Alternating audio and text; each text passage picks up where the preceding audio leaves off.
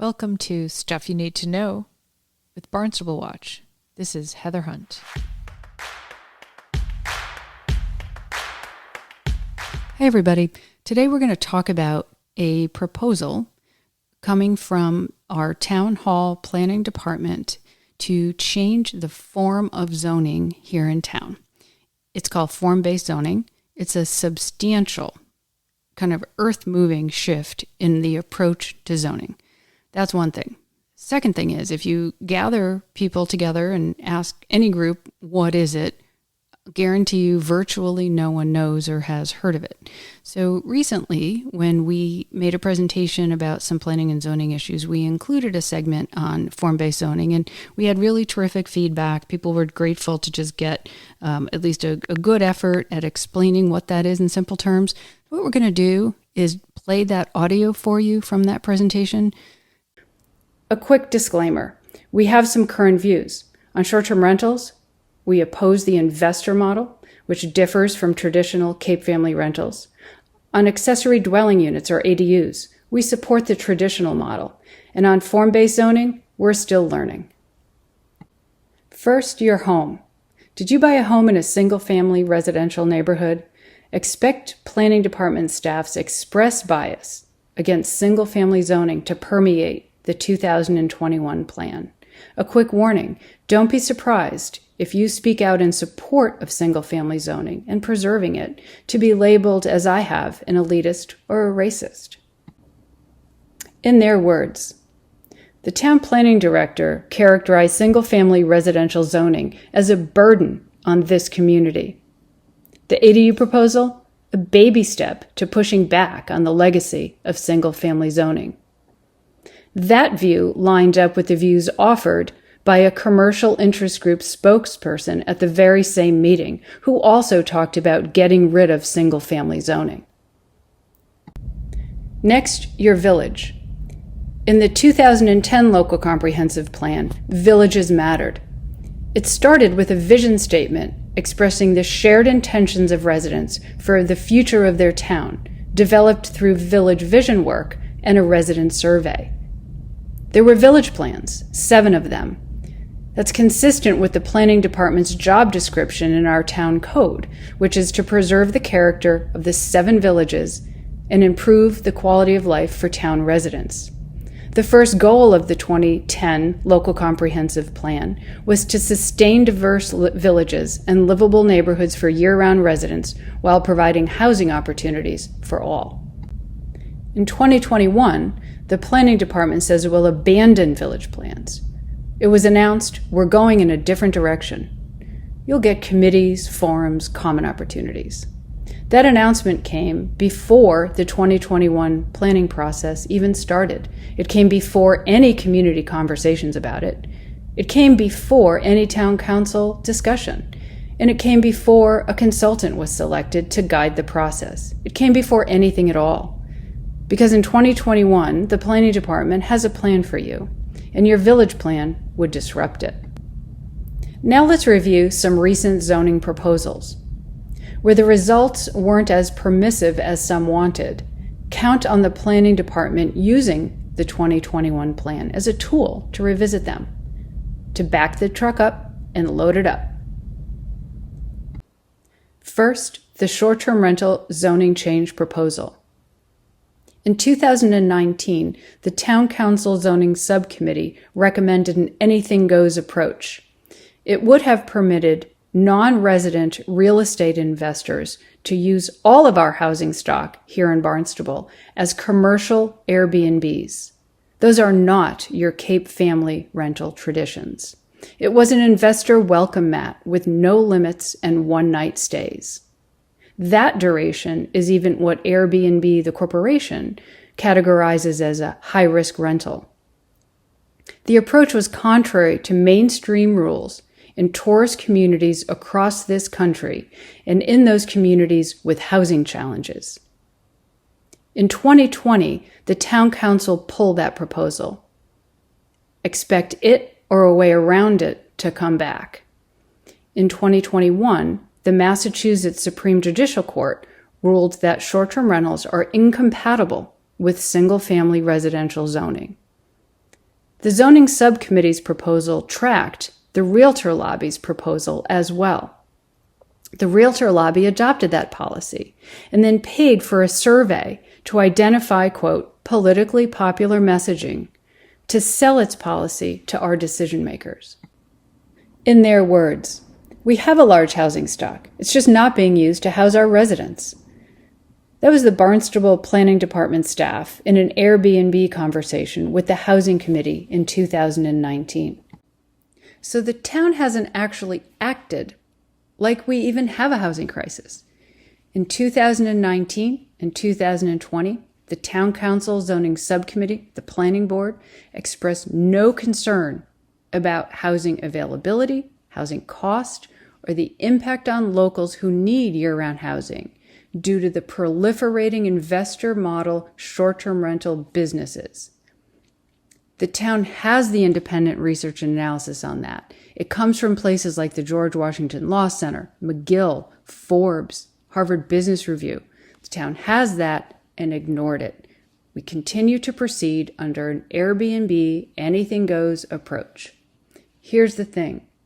This prior decision to ignore the housing crisis in the Airbnb context that adversely affects housing availability and costs has actually exacerbated our housing crisis. We've all heard, and far too many times, about residents needing to leave their rentals in the spring to make way for landlords to earn higher profits off short-term rentals. That choice to allow more and more, in fact, unlimited short-term rentals, generates tax dollars in this town. Now, hold that thought. So now that we have a proliferation of short-term rentals with homes removed from our housing stock and used as Airbnb businesses, the answer? Well, let's increase density to compensate for our prior policy decision. And guess what? All that new building, all that new density, that will generate more tax dollars too. Our neighborhoods, our villages, and our community actually shouldn't be for sale to whatever policy generates the most tax revenue. At a town council workshop on the short-term rental zoning change proposal, a counselor asked the following question. If I bought a home in a residential neighborhood on a cul-de-sac with 4 homes, do the draft regulations let all of the other homes around me be used as 365 night per year Airbnbs?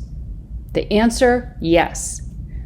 Advocates that are now urging the town to increase density and to enable more and more building due to housing needs were either advocating for or silent on that proposal. This includes entities such as the Housing Assistance Corporation that stood down on the proposal to allow the conversion of our homes to Airbnb businesses. There are 2 very different kinds of short-term rentals. The first are homes. That's where families who are part of this community and live here at least sometimes choose to rent their home out to others from time to time. The other kind are businesses. That's where non-resident real estate investors buy houses as cash cows, removing them from the housing stock and driving up our prices. The town blurred these 2 kinds, which are very different, in its survey and in its draft regulations. Let's not anymore. Imposing no, even limited residency requirement as a condition to short-term rent a home decreases housing stock, increases prices, and puts investors before locals. While housing was irrelevant in the short-term rental zoning change proposal, suddenly, when the dialogue becomes about building and density, housing skyrockets to top priority. It surged to the primary priority in the ADU discussion, and it drives the form-based zoning proposal, which is said to encourage compact residential development. In the ADU discussion, multiple public officials who have converted homes to Airbnb businesses urge the town in public comment to increase density in order to meet our housing needs. Next, let's talk about accessory dwelling units, or ADUs. In 2020, the zoning subcommittee proposed to change zoning to allow non-resident real estate investors to build duplexes by right in our single-family residential neighborhoods. It would have effectively eliminated single-family zoning, only without calling it that. The proposal departed from most Cape Town's ADU rules that require residency in one of the units. In 2021, the Town Council amended that proposal to allow rental of only one unit at a time. It also rejected the realtor lobby and a chamber request for summer rental durations. The very next day, commercial interests and some councilors that want investor duplexes by right committed to revisiting these restrictions. As in the short-term rental matter, the zoning subcommittee's ADU proposal tracked the realtor lobby ADU proposal. The ADU proposal would have, in a very backdoor way, eliminated single-family zoning by permitting non-resident real estate investors to convert our single-family homes into duplexes by right. That means without notice to neighbors, without a permit, without anything at all. The planning department's messaging around the ADU proposal wasn't that. It messaged the housing crisis, which had been irrelevant in the Airbnb debate. It messaged residents aging in place and flexibility for local homeowners to earn some rental income. You were one amendment away in the final vote from eliminating single-family zoning where you bought your home, without the benefit of candid and direct communication to you about that. In their words, at a December 2020 Housing Committee meeting, a real estate developer talked about developing two-family homes as of right in our single-family residential neighborhoods. Town staff responded by asking the developer if the proposed ADU zoning change came close enough. The developer responded, yes, it did, because the proposal didn't require either of the units to be owner-occupied and allowed both to be rented at the same time. In their words, in conversation about the ADU proposal, a developer told the zoning subcommittee that without an ADU owner occupancy requirement, there would be a huge push from real estate investors looking to buy up our scarce housing. The zoning subcommittee then went on to propose just that. It would have had investors counting on two rental income streams at every single-family residential property, outbidding locals for housing and driving up the price of homes and rentals. In their words, the town planning director said the ADU proposal was a baby step to pushing back on the legacy of single-family residential zoning. Expect investor duplexes by right in our single-family residential neighborhoods to be back in the 2021 Local Comprehensive Plan. Next, let's talk about form-based zoning. We'll call it what it is, look and density zoning. If you look at the town's website and all of its public communications, you would believe that this proposal was about downtown Hyannis and only downtown Hyannis. You'd have to catch one housing committee meeting long ago during the workday with no public present to know that staff says its goal has always been to move it to other villages. Look and density zoning is about looks, not about property use. We'll talk more about that. A primary goal is to increase density and height. It also reduces required parking. The planning department has been working with largely self-selected business interests on look and density zoning through the ad hoc Economic Development Task Force since 2019. In July of 2021, the planning department announced that it would begin the public process of taking feedback on this proposal. In 2018, the Realtor Lobby urged the town to move forward with this kind of zoning, and in 2020, the Realtor Lobby funded public officials training about it. Look, we're not zoning experts, and this does not express an opinion about form-based or look and density zoning. It's a massive zoning change, though. There's a lot to learn, a lot to understand, and a lot to consider. To date, the material about form-based zoning that's been presented to the public doesn't spell it out in simple terms. There hasn't been a presentation of the changes in relation to current zoning. We hope that happens. The point is pay attention, and pay attention now, because staff's goal has always been to move it. A word on process. This is a quick snapshot of the process the planning department used to develop the form-based or look and density zoning proposal. It followed the routine. First, business interests. Years later, residents get a chance to react, and quickly. On the far left, you'll see the Realtor Lobby encourage the town to consider a form-based zoning code back in 2018. On the far right, you'll see in August of 2021 that the planning department commenced the public process. In the intervening years, the planning department worked on the form-based zoning code proposal with the largely self-selected commercial interests on the Economic Development Task Force. By the way, the task force has no role in zoning in our town code, and there was no record of this work on the town's website over those intervening years. So what is form-based zoning? It's a move away from zoning based on the use of a property. Let's talk about it in their words. Form-based zoning changes the zoning so that the form of the building, the size, the height, the amount of lot coverage, the amount of parking required, that's what the zoning dictates. What the use is inside is not dictated by zoning. So you could construct a 3-story building and you could put 6 large high-end apartments in there or 15 one-bedroom apartments in there, as long as you can meet the parking requirements. Density is up to the developer and really dictated by parking. We'll talk more about parking because an accompanying change to this form-based zoning code is to reduce the amount of parking a developer would be required to provide.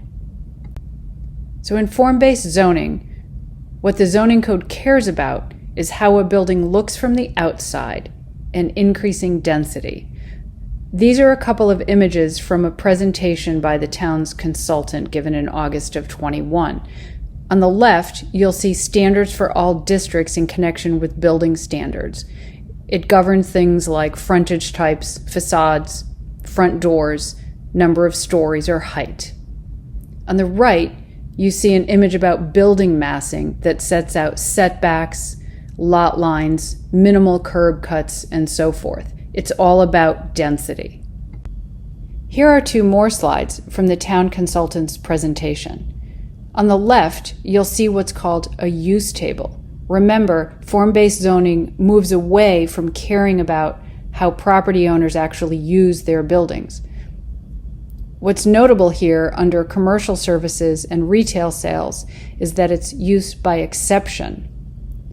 Without a table showing what is currently permitted in the various zones by way of use, you really need to memorize the current zoning code to understand what is being proposed to change from what to what and where. The planning department has indicated that was good feedback, and we're hoping for a comparative chart from the current use to the proposed uses to help residents really understand the use changes. On the right, you'll see the parking requirements and the minimum required for developers. The town is proposing to reduce the amount of required parking in order to maximize the amount of developable land. The town has also reduced that number to below what the consultant had recommended. Parking has been a primary concern in every meeting to date about form-based zoning. The answer to the question of whether this proposal addresses Hyannis's long-term known parking problems was no. So how is it the planning department would know whether the public actually wants this change away from use-based zoning to a form of zoning that emphasizes and increases density, reduces parking, increases height, and really cares only about what a building looks like. The planning department measured community support for look and density zoning through what they call a visual preference survey that went out online through a SurveyMonkey. The town basically asked people what pictures they thought were prettier, and then took those answers and translated that into assumptions about this community's preference for density zoning. These are two images from the town's actual survey, which they asked residents to pick which homes were prettier and translated those answers into residents' presumed preferences about increasing density and moving to density zoning. On the left, you see what is something of an sort of old, sterile, gray, boxy, single-family house. The blinds are drawn. You can find one shrub there with a few flagstones. And compare that to the picture on the right of a really lovely, warmly lit home taken in the golden hour of a multifamily with really pretty porches and sidewalks. That picture was translated into your preferences about increasing density and a move to density zoning. It's not unlike asking, what banana would you prefer to eat? This sort of brown, rotten one, or would you like these 3 or 4 lovely yellow ones? Let's talk about the visual preference survey in their words. Staff reported that the purpose of the visual preference survey was to understand the preferences of the community as far as density, building mass, building design, building styles go, and then turn that into by right zoning. The response was, well, when then someone stands up at a town meeting or in any public forum and says, hey, I don't like that, we don't like that, we at least have an answer. We poll the community, and this is what they said. Staff replied, we went through a really big outreach effort, and this is what the majority of people do prefer. We're going to take those preferences, we're going to move them into zoning. So what's the really big outreach that shows what the majority of people do prefer by way of density zoning? About 140 people in Hyannis, we believe, replied to an online survey about pictures of pretty houses and not so pretty houses. That's about 1% of Hyannis Village population, or about 0.003% of the town of Barnstable's population. I'll note that about twice the number of residents signed a petition to form a resident zoning task force to give residents a greater voice in zoning matters in town. The other public participation to date, in 2021, the planning department held a workshop. About 10 people participated, saw about 3 regulars, 4 public officials, and a few others. Some prior workshops looked to have about 30 attendees if you include town staff and public officials. So this is an important point. Let's not confuse asking residents their impressions of pictures of houses that were put together by an architectural firm that's paid to promote density with a broad-based, impartial, valid, reliable survey of residents' views about eliminating zoning based on use and changing to zoning that increases density, height, and reduced parking. On the right is a slide by the architectural firm that created the survey that sort of mocks the notion of concern about density. Let's all acknowledge that the image survey was designed by a firm that sells density. It's not a zoning survey, it's not impartial, and it's not a reliable measure of residents' views about their zoning preferences.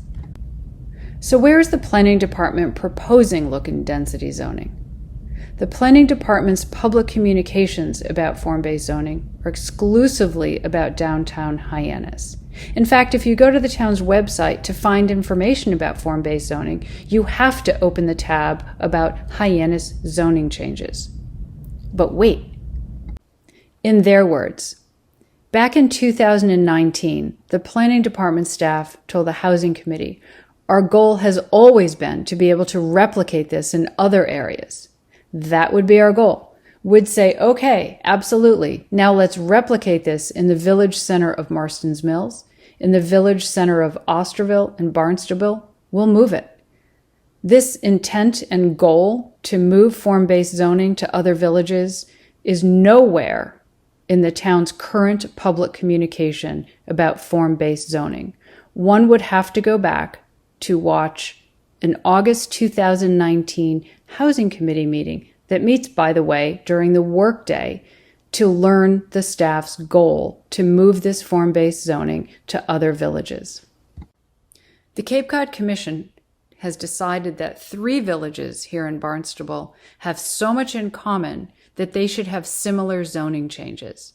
Those 3 villages are Barnstable Village, Hyannis, and Osterville. Each has been designated a, quote, community activity center. We've yet to find people who've been consulted or asked to comment about that designation or what it means or the commonality between those 3 villages and the extent to which there should be similar zoning changes and why. You won't find information about the designation in the Planning Department's public communication about form-based zoning. We heard about it when a counselor asked the Planning Department about this, quote, community activity center in a public meeting. It happened to be a counselor who represented Barnstable Village and didn't seem to be aware of the designation or what it meant.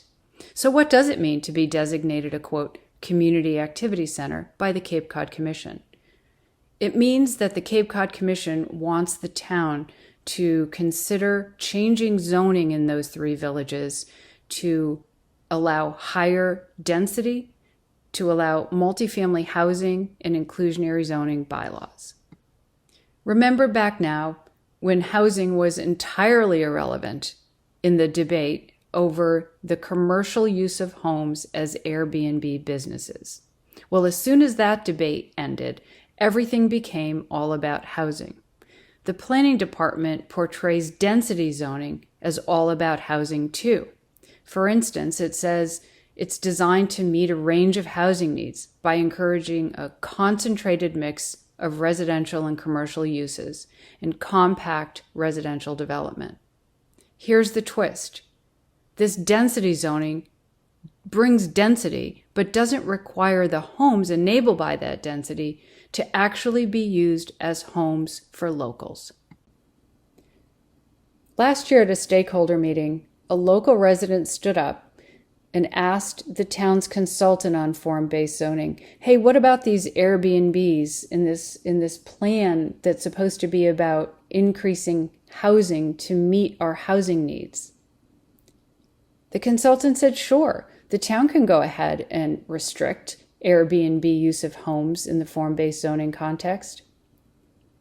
Yet the current form-based zoning proposal has no requirement at all for homes to be used as homes, or any limits or restrictions on their being used as short-term rental businesses. There's no answer provided by the Planning Department to a question posed on its public forum about this really important question about whether homes will actually be used as homes. The verbal answer that the Planning Department gave more recently at a workshop was, hey, the market will take care of it, just let the market respond. There's a common understanding, based on experience, that Airbnbs tend to bring higher numbers of cars and require extra parking. Most people know that from general experience, and the town certainly knows that based on its prior survey of residents on short-term rentals. Complaints about parking and extra cars around Airbnbs was a really common theme in residents' comments provided to the town in that context. Yet in the form-based zoning code, while it allows any and all homes to be used as short-term rentals, there's no provision at all for extra parking needs at homes that could be used as Airbnbs. There's also been a suggestion to use your tax dollars to incent year-round rentals, while the town allows all homes to be used as commercial short-term rentals, and is proposing to increase density to bring in even more homes that could also be used as short-term rentals. The consultant, by the way, said to expect units brought about by the form-based zoning code to be expensive and at the upper end of the market rate. So what's the right approach for a community with a housing crisis? Is it to do what communities with housing crises do across the country and restrict the use of homes as homes and the right to short-term rent to people who actually live in those homes sometimes? Or is it to leave it to real estate developers that want to maximize profits to use homes here any way they like, including as Airbnb businesses? The fact is this: Airbnb is the economically rational choice to maximize revenue at residential real estate properties. This is grounded in experience and math, not in speculation. Here on the left, you see the first mixed-use property in the GIZ. The GIZ is the Growth Incentive Zone in downtown Hyannis. That's where form-based zoning is intended to commence. Back in 2008, the first floor was a commercial enterprise. Above it were 2 year-round housing units. Form-based zoning is intended to encourage more of that. Now speed the clock ahead. In 2021, the owner of that property has monetized those units into 3 Airbnbs. Wait for more of that in the form-based zoning code. Now, the owner of this former mixed-use property in Hyannis came into public comment before the town council and urged the council to pass the ADU ordinance. The reason was we have a housing crisis, we have housing needs, and people were suffering. That was after the owner has converted 4 units to 4 Airbnb businesses. The 4th is nearby. A note on that. It's something you won't hear about from our town hall and you didn't read about in our local press. That 4th Airbnb was the location of Hyannis's Airbnb shooting. That's a thing, Airbnb shootings. They're reported all over the country, not here. What we know from the police scanner, and that is a young man was shot. After that, masked men fled through a residential neighborhood near downtown Hyannis. Police then did a neighborhood lockdown to execute a manhunt. There's a reason some Airbnb terms and conditions like one-night rentals are called high-risk rentals. In form-based zoning, parking is the tail that wags the dog. Now, parking isn't zoning, but this zoning proposal that maxes out building density in our village centers and adds height is entirely about parking, only without a plan for where residents, employees, customers, and our visitors will actually put their cars. Wait for Boston-style parking frustration in our village centers, only here without a T, without cabs, without things like work and groceries and stores and doctors in walking distance. How does it do that? It reduces the required dedicated parking spots from 1.5 per bedroom to just 1. That's below the 1.3 that the consultant tested. In their words, planning department staff said it just allows you to build whatever dwelling units you can if you can park it at that reduced required parking rate. Staff hopes for shared parking agreements between private property owners. Let's do better than hoping. It's really imperative that our residents and our businesses really understand and think through the implications of this significant parking change in our village centers. Some town councilors answer to every resident's concern, question, or objection to zoning change proposals is, hey, we can fix this in 2 reads. What does that even mean? The suggestion is that the town council could undo the zoning proposal by putting out a couple of meeting agendas and then taking a revote on the zoning proposal. It basically says to residents, hey, pipe down, we can fix this thing. Well, you know what? Zoning to increase density isn't like the speed limit. You can't just vote to increase it 1 year and then next year vote to reduce it again. Can anyone explain how the council could vote to undo maxed out building density, to undo the footprint of a building, or undo a cookie cutter building aesthetic? How would the council undo increased building height after buildings are built with more stories? How would the council go back and tell a real estate developer, hey, we're sorry, we made a mistake by not requiring you to have parking spots for all your residents. And our village parking is kind of out of control and kind of horrible for our businesses. You don't actually do that. You don't just undo those kinds of changes. It's really imperative that the community, the whole community, not 140 people or even 5 times that many that cast a vote in a pretty house photo contest, think they express their opinion. It's imperative that the whole community, where form-based zoning code is proposed to be and where the town staff wants to move it, really understand what it is, what it proposes to change from and to, and its long-term implications on the character and quality of our village, that essential quality that makes people want to call this place home and that makes so many more people want to come to visit us year after year. Now, here are some predictions for the outcome of our 2021 Local Comprehensive Plan. This isn't wholesale speculation. This is based on what we've seen and heard to date. First, look for homogenized villages. What does that even mean? It means a move away from our historic, unique character in our village centers to large block buildings with sort of a predetermined look, a cookie cutter aesthetic.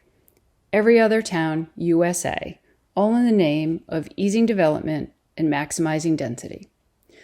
Watch for a move to eliminate our single-family residential zoning. Wait for proposals that will maximize building density and increase building height. Look for a revisit of the proposal to allow real estate investors to build duplexes by right in our single-family residential neighborhoods.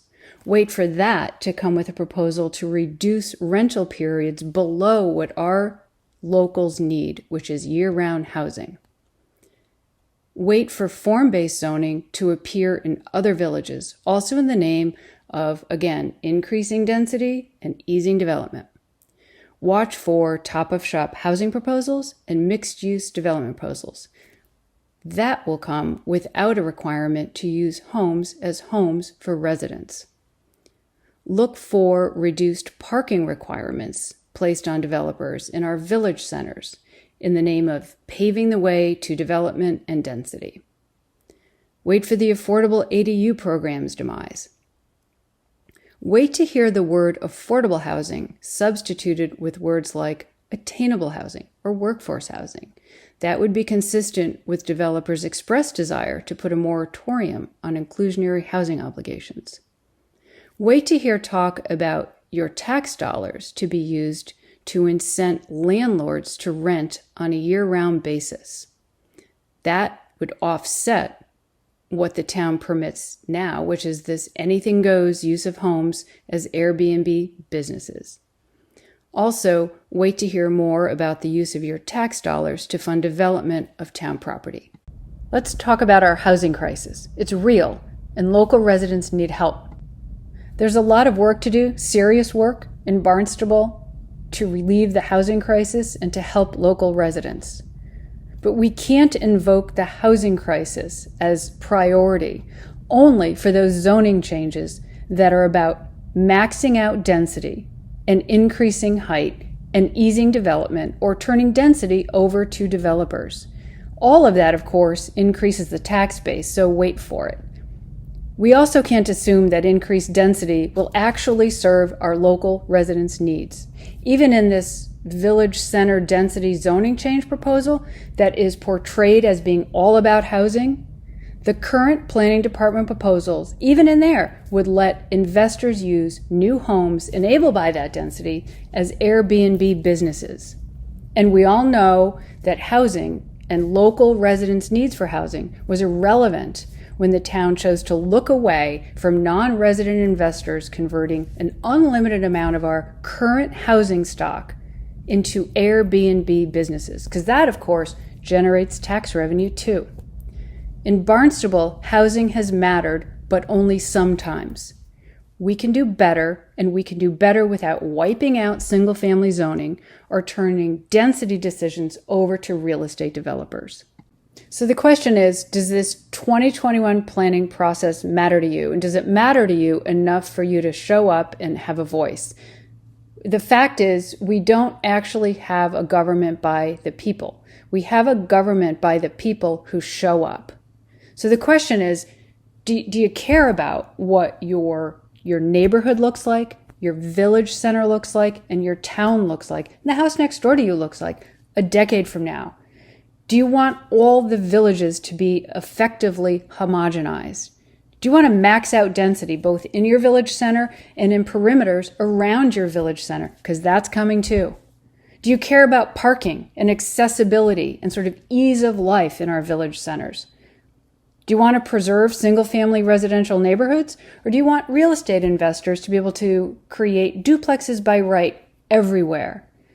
Do you want to spend your own tax dollars to incent landlords to long-term rent their properties to meet housing needs, while the town allows any and every house in this town to be used by investors as commercial Airbnbs?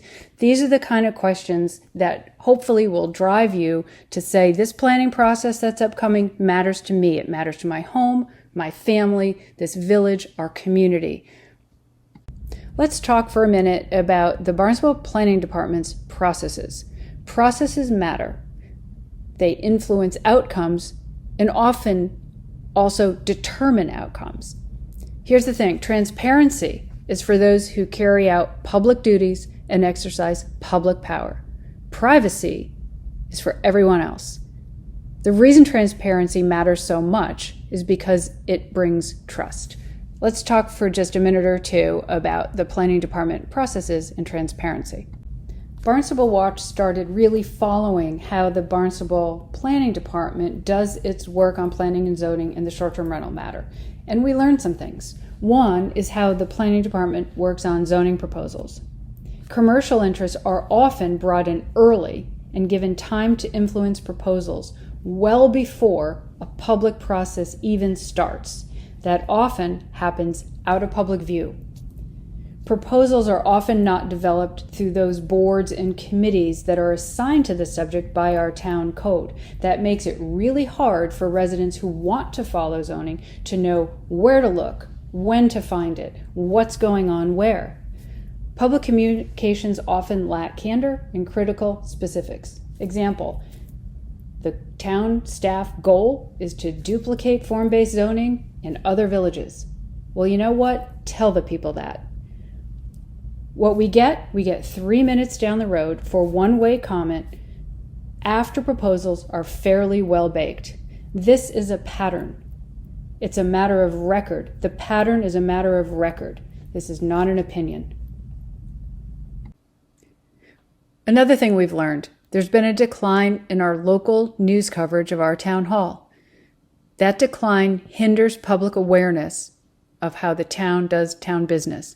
It also enables this pattern of out of the public view zoning process and this pattern of this business at the front of the zoning bus here in Barnstable.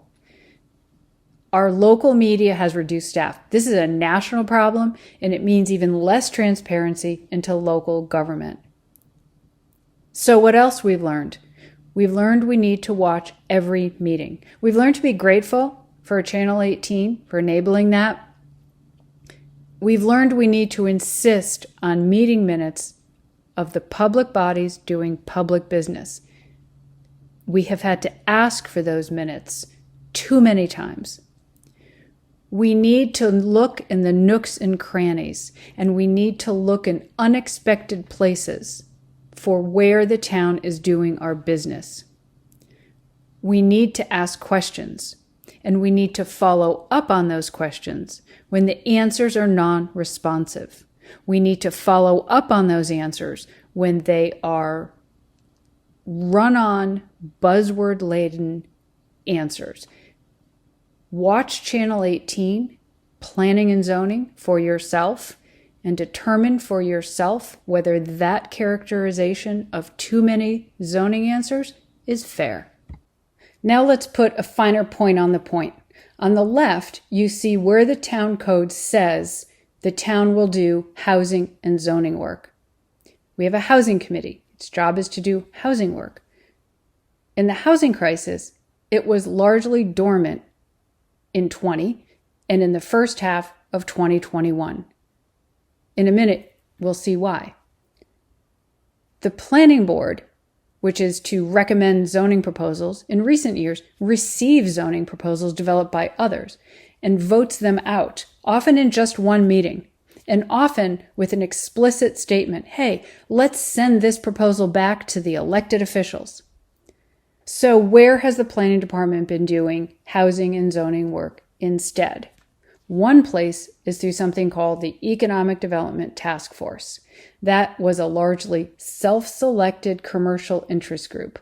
The town had effectively no records to appointments of members after the initial members were appointed 2 years ago. The minutes to that task force were kept in the planning department's desk drawer for 2.5 years until a resident realized that this task force had been working on zoning and asked to see them. Try following that, a group or a body not charged by our town code to do zoning, not obviously a zoning group in any way, and with basically no web presence and no minutes. Once someone asked to see those minutes, we should never have to ask to see minutes, one can learn that that task force created a housing and an inclusionary housing subcommittee. Those two subcommittees had no agendas posted on our town website ever. How on earth would anyone in this town who has an interest in housing or inclusionary housing ever have the opportunity to follow what our planning department is talking about with this self-created public body? It also had no minutes. So good luck following that. This is simply not the way government is designed to run or should run, and we should not tolerate it being run this way.